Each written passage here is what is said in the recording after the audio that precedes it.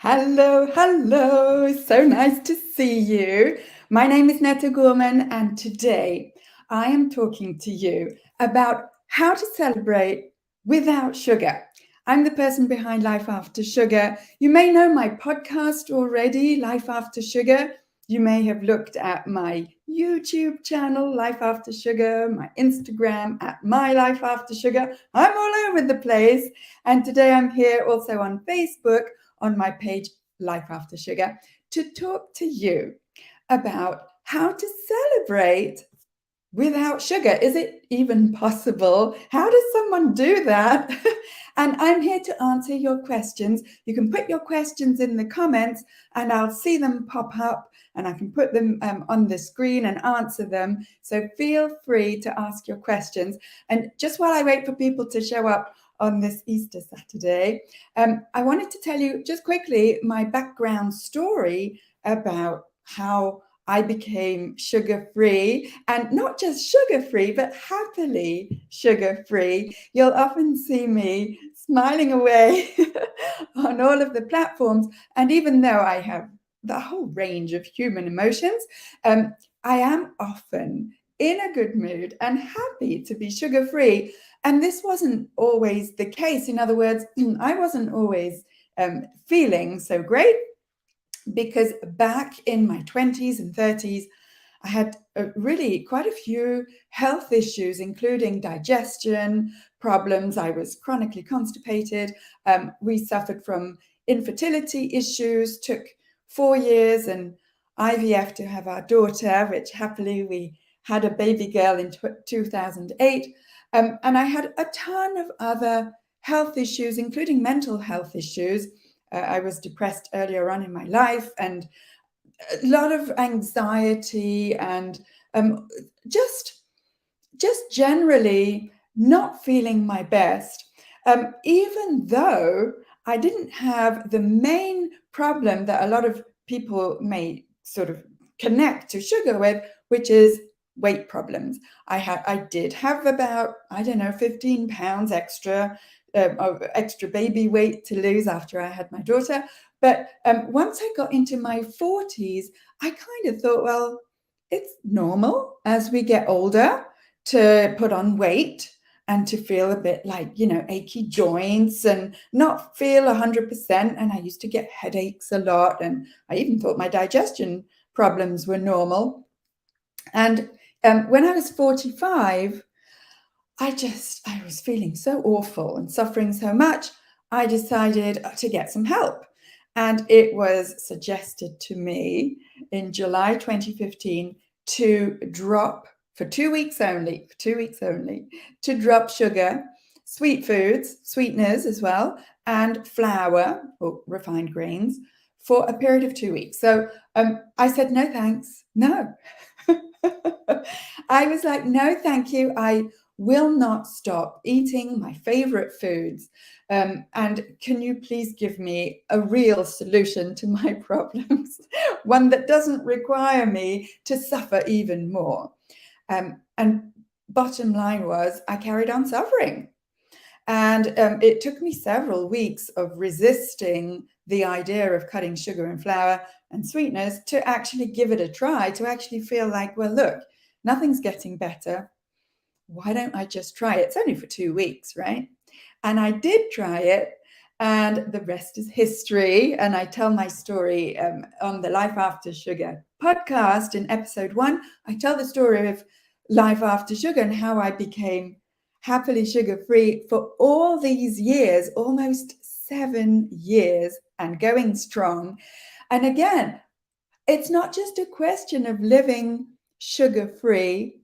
It's not a question of what I eat or don't eat so much as how I see life and live my life. And this is what it's all about. And this is what I want to talk to you today about. And I invite you to put your comments in the comments and put your questions so that I can answer you about living life happily sugar-free, and how to celebrate life and celebrations when you don't eat sugar and flour and everybody around you looks like they're they kind of, you can't imagine not eating sugar in order to have a good time. So here's what I've noticed over the last 7 years of celebrating life sugar-free. First of all, example, last Thursday, the 14th of April, was my 52nd birthday. I was 52. I don't feel it. Apparently, I've been told, don't look it. Fine. It's nice to feel like I'm in good shape, right? It's nice to feel like I don't need anything that I don't already have to be able to celebrate my birthday. Here's my question to you, and you can answer in the comments. Do you think I had cake? Do you think I had cake for my birthday? This birthday and any other birthdays since I've been sugar-free. I was asked, hey, Netta, are you going to celebrate with sugar-free birthday cake? Because obviously you can make or bake a birthday cake without necessarily using sugar. You can use all kinds of other things. But, cake, for me, I'm looking for an answer in the comments, and then off I go answering my own question anyway. Did I eat cake for my birthday? Here's a better question. Did I need to eat cake for my birthday? That I think we get better answers when we ask better questions. And rather than staying in that paradigm of, well, hey, you need cake, otherwise you're not going to get a year older. It's like you can't have a birthday. Time stops still when you don't have cake for your birthday. And, Debbie, you're right. Debbie knows me. Hi, Debbie. And of course, the answer is no. And did I suffer and cry in a dark corner and feel like I was missing out and that nobody cared about my birthday because I didn't eat cake? Quite the opposite. Quite the opposite. Here's the fun thing about living life after sugar, as I call it. And life after sugar is like synonym of feeling great and happy and not needing sugar or flour or anything like that anymore, not needing it. It's not like you're missing out, because when you don't need those things, you're not missing out on anything. You just don't need them. You're quite happy without them. And so here's the cool thing about living your life after sugar. For me, at least, my experience has been that my whole outlook about what I need to be happy and joyful in my life after sugar, my whole outlook has changed from I need these things, and by things I mean foods that include sugar and flour. I need these things to treat myself, to celebrate, to be happy, to fill in the blanks for anything that's missing in your life. And life after sugar has reframed these so-called truths that I used to believe before into a way of living life where nothing is missing. I have everything I need. I feel better than I used to feel with the sugar and the flour and the products that contain them. And I don't miss anything at all. Now, how cool is it to celebrate life, not just once a year birthdays, but every single day, to celebrate life in general? How cool is it to do that every single day, every single meal, every single time you're fasting, if you're an intermittent faster like me, and you're always feeling like life is good. it's happy and it's good. So instead of having celebrations that are, as I said, once a year, or for those who celebrate Easter or Passover or whatever festivals are going on during the year, it's every few weeks, right? Or every few months. And rather than living life celebrating just a few times a year, it's up to us, I believe, up to the individual to decide, no, I want to celebrate my life every day, and several times a day if you eat several times a day, if you choose to. And that kind of outlook is really up to you to decide how to do that.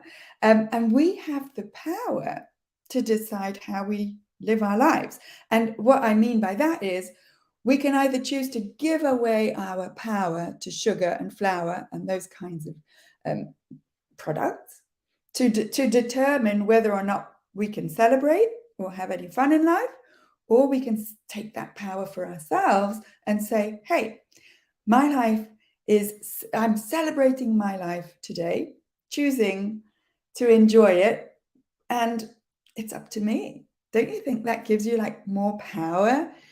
And it's so really, if you came along to this live thinking that is going to give me all sorts of alternatives to using sugar in baked goods or in recipes, I'm sorry to disappoint you by telling you just how happy life can be without any of those alternatives, because life after sugar is in here, in your attitude, in your mind, in your mindset, and not necessarily in cooking in the oven. Now, I'm not saying that you can't have any fun eating all kinds of yummy foods.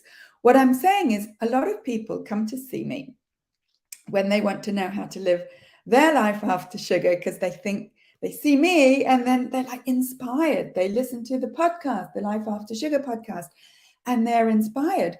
But what they're thinking is, I couldn't do it. Netta can do it. Fine for her. But I couldn't do it because I would feel sadder not eating sugar. I wouldn't be celebrating. I'd be crying in a corner. I'd be unhappy not eating sugar. Netta, how do you do it and how can I do it? And my answer is, it's in here.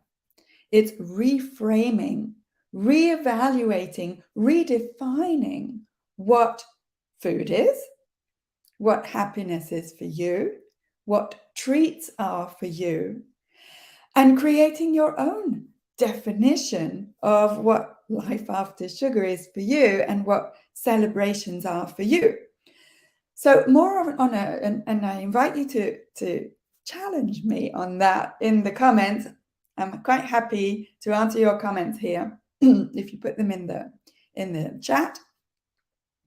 On a sort of on a more down-to-earth, practical, day-to-day basis, what happens when we decide to go sugar-free is that, of course, we're surrounded by society and society's norms that dictate that you can't have a birthday without cake, right? And or that you go to someone's house for a celebration, like this weekend, for example, and they'll offer you all kinds of foods that either contain sugar or flour or both, and that don't necessarily take into account your own choices of being sugar-free. And actually, it's not up to them, I believe, to take into account your own choices. But the bottom line is, how do you deal with real life situations, real life celebrations where not everybody has made the same kind of choices as you?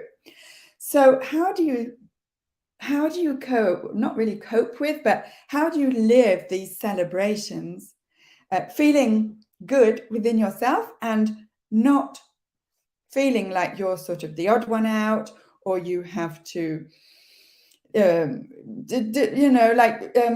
explain yourself or justify your choices, which doesn't feel very freeing when you're in that situation, right? So what can you do in everyday situations to enjoy a celebration and remain sugar-free? Because bottom line is, sugar-free just makes you feel better physically, mentally, psychologically, emotionally. Here's what I found. First of all, it's no use attacking other people who have invited you to their house or into their lives. No use attacking them and making them feel like you're judging them or they're not okay because they're offering you food or eating food that you've decided you don't want to eat. So first of all, it's to be really conscious of the fact that other people have invited you or want you in their lives, and they're well-intentioned, and in no way do they want to make you suffer. And so it's no use making them suffer with your attitude, for example, of telling them, no, I'm not going to eat that. That's poison. Sugar is poison. I don't think it's very helpful or very sensitive to answer that way. But what you can do, one of the things you can do to make sure that a celebration is comfortable and joyful, is if you're invited by someone that you know really well, family or friends, is to have a conversation with them before to say, listen, I've made the decision not to eat sugar, and if flour is included as well, or whatever it is that you feel you decided not to eat, to tell them, I've made this decision, and can we look together at what I can eat that you're preparing, or if I can bring something along myself to eat, and talk about it ahead of time so that the other person feels that you're not rejecting them. You're not rejecting their gesture of love of offering you food that you may not want to eat, and that you're saying no thank you, not to the person, not to their gesture, but to that particular food, because it happens to make you feel either sick or in pain, or it gives you, for yourself, and this was my case, that one is never enough, and that sugary foods or desserts or cakes or whatever make you behave in a way that you don't want to behave anymore. For some of us, it triggers cravings or sort of binging behavior, or, one is never enough. And for people like us, 0 is freedom. And we don't want to go back to eating those types of foods, because we don't want to go back to having that type of behavior. And we're comfortable and happy not having that type of behavior anymore. And so that's quite difficult to explain to people who don't share that kind of relationship with those types of foods. People who can eat just a slice or just one chocolate or just a little bit and they're fine. I kind of envy those people in some ways, but because I've made peace with how I behave around those foods, and I don't need them anymore because I don't need that behavior in my life anymore. It was toxic to me. I've just found a way to have a conversation with people who I celebrate with, so that everyone feels comfortable, and it's it's clear to everyone that this is how I like to eat. The fact that I don't eat certain foods or certain desserts has no bearing on how good of a time I'm having, on how much I appreciate the time I'm spending with the people that have invited me there. It has no bearing on how much I love the people that I'm choosing to spend time with. You see the distinction between the food and the celebration itself, and the people that I'm celebrating with. And funnily enough, since I stopped eating sugar, it's actually given me the opportunity to actually appreciate and really be aware of how I appreciate who I'm celebrating with and why I'm celebrating, so that I don't give my power away to sugar to determine whether or not I'm having fun. It's that fun that I'm having in the celebration is inside of me. I carry it around with me, and it's independent of what's on the table, right? So I'm totally capable of having lots of fun with the people I'm celebrating with. A, whether or not there's food on the table. B, when there is food on the table, it's food, I eat the food that I enjoy, and I don't eat the food that actually doesn't make me feel that good. So it's all positive. It's all good. There's no negatives. So that took quite a mindset shift from you can't have any fun without cake, or you can't have a birthday without cake, or you can't have a dinner without dessert, or you can't have fun with people if you're not eating every single thing that they offer you. It took a mindset shift to say, whatever is going on the table, whatever is served up, I'm having fun. I'm having a good time, and I'm celebrating the occasion and not having to reduce that celebration to just certain types of foods. Does that make any sense to you? Does that make any sense? I hope so. I very much hope so. And I'm wondering if any of you have had this experience here where you feel either that you kind of feel uncomfortable at celebrations because you feel like the odd one out, or you feel that other people are judging you. Or on the other hand, if you've had the experience of being perfectly happy at celebrations because you're perfectly happy with your choices of what you eat or what you choose not to eat. So I'm just wondering, you can put it in the chat here or in the comments, if you've had this experience yourself, again, of either feeling uncomfortable and wondering, how do I deal with these celebrations when I'm sugar-free or when I'm thinking about being sugar-free, or whether you're perfectly comfortable with your choices and you've developed, if you've got any tips for others here, if you've developed any ways like I just described or other ways of appreciating celebrations, even if you're not eating the foods that everyone else believes are absolutely necessary to be able to have a good time. Yeah. So Tiffany, you said I'm perfectly, and I'm waiting for the rest of your sentence. I'm such an English teacher. I'm waiting for you to complete your sentence. Sorry, that's not. Don't want to get all teachery on you. But yes, Tiffany, I'm gonna wait for you to tell me what you're perfectly happy with. I imagine, I'm hoping, because I know a little bit. I've read your comments in the past, and I imagine that you're perfectly happy with your choices, but I'd like you to confirm that in the comments.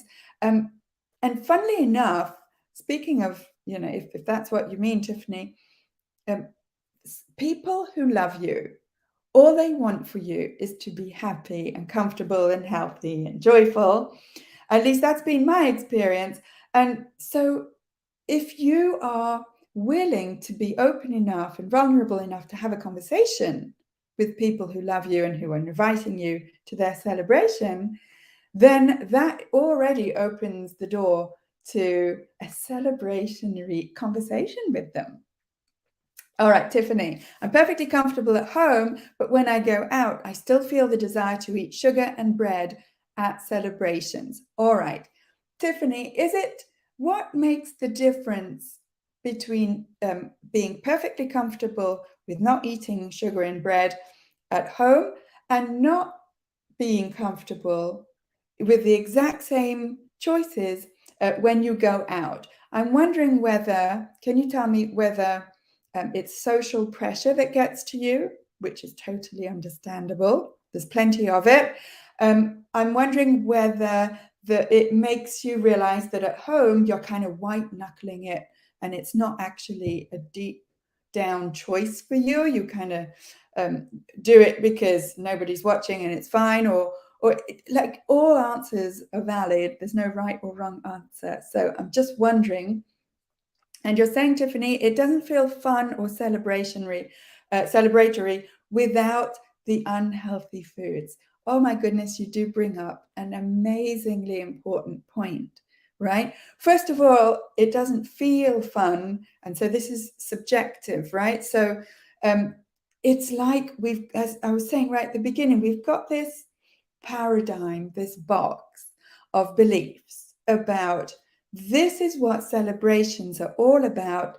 And if you take away one or two elements of what we believe are celebratory, then there is no more celebration left over, right? You take away the sugar or these, as you say, unhealthy foods. Where's the celebration? Like, how can you have any fun without unhealthy foods, as you call them? And, it's so, like, logically or objectively, it's like okay, so and I used to believe this, Tiffany, you're not alone. It's like we're saying, I can't have any type of fun if I don't eat these unhealthy foods. And what we tend to do is we tend to put a label on the foods being unhealthy. Whereas I have found over the last 7 years of living sugar-free is that the unhealthiness is not actually about the foods per se, it's about our relationship to those foods. And if we have this sort of relationship of not being able to have any fun in life when we're not eating them, then whatever those foods are, it's that relationship that's unhealthy, that sort of dependency that's unhealthy. And it can be different for each person. The food can be different, the relationship can be different. But what I found was freeing for me was to let go of, and it was a process, let go of that sort of dependency on those external factors to be able to have any fun. And when you carry around your fun inside yourself, as I said before, it doesn't matter what's on the table, right? And you're saying, especially at the movies, right? But you can't go to a movies without the candy and the popcorn and everything else, right, Tiffany? It's just, you might as well stay home, right? And believe me, I used to also believe that. It was like, well, what's the point of going to the movies if you're not going to eat that big thing of popcorn? Like, what's the point? As almost like as if the actual movie at the movies and the people that you're going to watch the movie with is like inconsequential. It's like, well, and in that case, if you are believing that it's all about the food that you eat at the movies, and I would go one step deeper. What I found with talking to people and helping them to get sugar-free, what I found is that it goes way deeper than the actual foods. You've got with you, you'll carry around with you all those years of good memories of going to the movies and enjoying all those foods, or going to a party and enjoying all those so-called unhealthy foods. And for a long, long time, I venture to say they weren't unhealthy in the sense that you didn't have an unhealthy relationship with them because they served their purpose of making you feel like you're having fun and that you're part of the gang and that you're doing what you're supposed to be doing when you're having a birthday party or going to the movies or whatever. And you didn't question what you were eating in these types of situations, and that's just fine. And usually what makes us uncomfortable and fight against the change, and ask me how I know, is the idea of, well, if I don't eat those foods in those situations anymore, then how am I ever going to have fun in my life anymore, right? And the idea of a life without those types of celebratory foods and how shall I put this? What's going to happen to all my memories, my good memories of eating those foods in those types of situations? What's going to happen to those memories? How am I ever going to have good memories when I don't have the elements anymore to make those good memories? I don't know if that makes sense, Tiffany, and to anyone else watching here. I'm not talking about the food anymore. I'm talking about how we see the food, how we relate to it, and how we relate to ourselves and to life in general and to fun. It's like, how can I have fun anymore if I don't have those foods?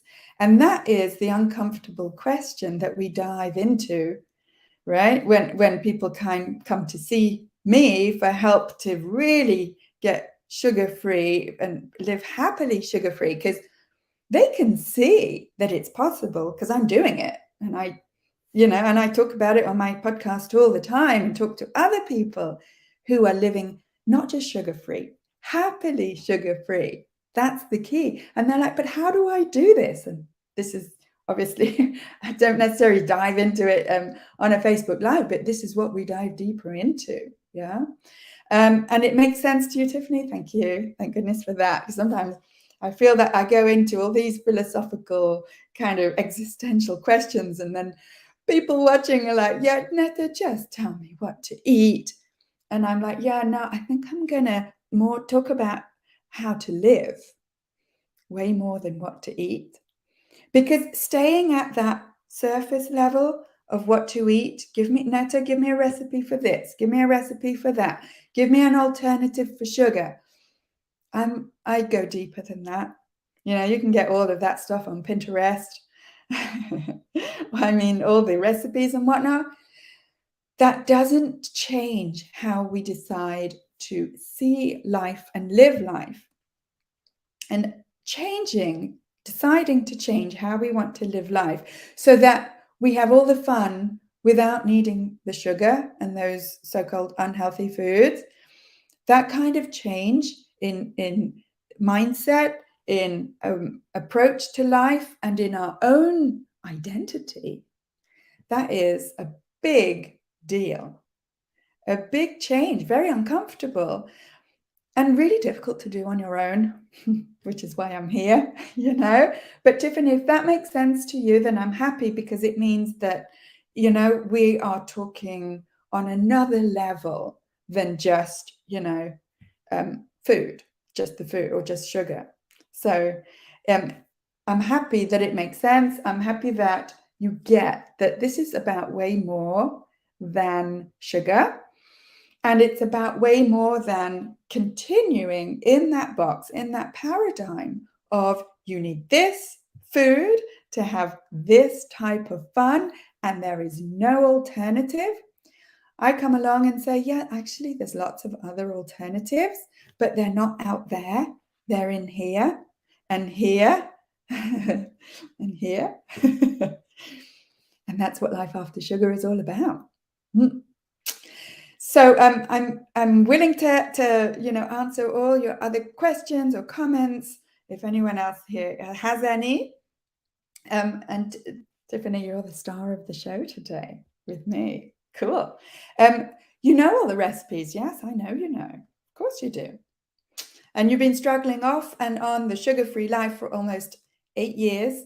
Yeah. And it always comes back to celebrations and feeling entitled and in fact required to eat the nostalgic foods. Absolutely. Yes, you've hit the nail on the head, Tiffany. We can focus on the food for years, for the rest of your life if you want, but unless we get to the heart of the matter, which you know, I think you're very brave and self-aware to say, yeah, I feel entitled, meaning, I imagine, if you're anything like me, meaning I deserve to have this type of food. It's only once a year. I've been, you know, stopping myself from eating whatever it is, fill in the blanks, cake, popcorn, whatever, every other day. And now for once in my year, I can let go and finally eat it. That is the paradigm and that I'm talking about. And I would venture to say that is very, very prevalent in the diet mentality. And I'm not saying you're on a diet, Tiffany. I'm just saying that's that type of mentality that I was totally stuck in all my life of I'll be good every day. And when it's my birthday, or when I go to the movies, or when I'm invited to this dinner or this event, I can finally let go because I deserve it. Because I've been good. And my approach to life after sugar is you deserve it. That's a given. You deserve all the good things. What you don't deserve is to live every day feeling like you're denying yourself and then finally letting go once a week or at the weekend or on your birthday, and then feeling, you know, that your life is sort of divided into no, you can't, and now you can. You can have fun every single day of your life, but you just don't need sugar to do it, right? It seems to be so reductionist to give your power to have fun away to certain types of foods, or certain days of the week, or certain days of the year, right? And so this approach to life goes way beyond, as you can see. You get it. It goes way beyond the foods. And it's not easy. It's not easy to make that mindset shift from these foods equal this type of feeling, on this type of occasion, to I don't need them. I'm quite happy. Thank you very much. I don't need anything that I don't already have. Yeah. And that is an approach to life that makes for a happy life after sugar, basically. And even if you do eat sugar, let's say you decide, I don't care. I don't need to be 100% sugar-free like Netta is to have fun in life. Fine. Great. It's the free and how you feel that interests me, that I want to help you with, and not the sort of micromanaging how many grams you do or you don't eat of sugar. Personally, I don't really care what you eat. What I care about is how you feel. Whether or not, at the end of the day, whether or not you eat a little bit of sugar or flour, whatever, right? It's how you feel at the end of the day that I care about. And quite frankly, that I believe, you care about, really. All right.